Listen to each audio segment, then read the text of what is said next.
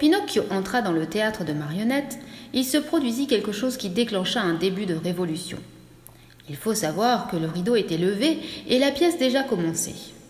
Sur la scène, on voyait Arlequin et Polichinelle en train de se disputer et, comme d'habitude, de se menacer mutuellement d'une volée de gifles ou de coups de bâton. Le parterre, attentif, malade de rire, écoutait la prise de bec de ces deux pantins qui gesticulaient et se traitaient de tous les noms, si bien qu'on aurait vraiment dit deux animaux doués de raison, deux êtres de notre monde. Quand, brusquement, Arlequin s'arrêta de jouer et se tourna vers le public et, désignant de la main quelqu'un au fond du parterre, se mit à hurler sur un ton dramatique. « Dieu du ciel, est-ce un rêve ? Je suis éveillé, c'est Pinocchio pourtant que j'aperçois là-bas !» « C'est Pinocchio, oui, c'est Pinocchio !» s'exclame Polichinelle. « C'est bien lui !» crie d'une voix aiguë Mademoiselle Colombine en sortant sa tête du fond du décor. « C'est Pinocchio, c'est Pinocchio, c'est Pinocchio !» hurlent en chœur tous les pantins en bondissant hors des coulisses. « C'est Pinocchio, c'est notre frère Pinocchio, vive, vive, vive Pinocchio !»« Pinocchio, rejoins-moi ici !» crie Arlequin. « Viens te jeter dans les bras de tes frères de bois !» À cette affectueuse invitation, Pinocchio ne fait qu'un bond. Du fond du parterre arrive aux places de choix, puis saute des places de choix sur la tête du chef d'orchestre, et de là bondit sur la scène.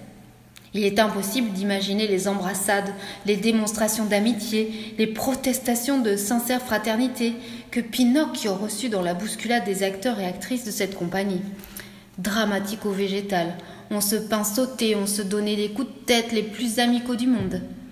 Il n'y a pas à dire, ce spectacle était émouvant, mais le public du parterre, voyant que la pièce ne continuait pas, s'impatienta et se mit à crier « La pièce, nous voulons la pièce !»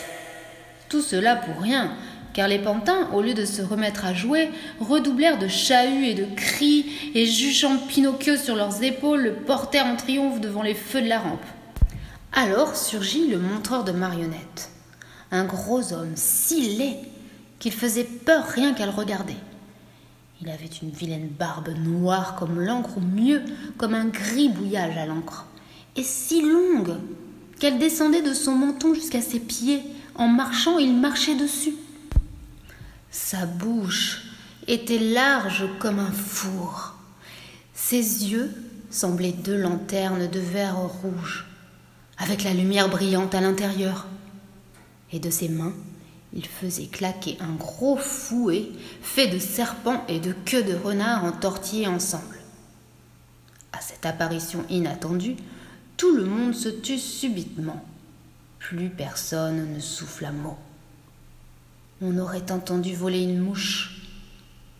Ces pauvres pantins, tant qu'ils étaient, garçons et filles, tremblaient comme des feuilles. « Pourquoi es-tu venu mettre la pagaille dans mon théâtre ?» demanda à Pinocchio le montreur de marionnettes d'une énorme voix d'ogre gravement enrhumé du cerveau. « Ce n'est pas ma faute, monsieur. »« Sophie, nous réglerons nos comptes ce soir. » En effet, dès que la représentation fut terminée, le montreur de marionnettes alla à la cuisine où il s'était préparé pour dîner un beau mouton qui tournait lentement sur la broche.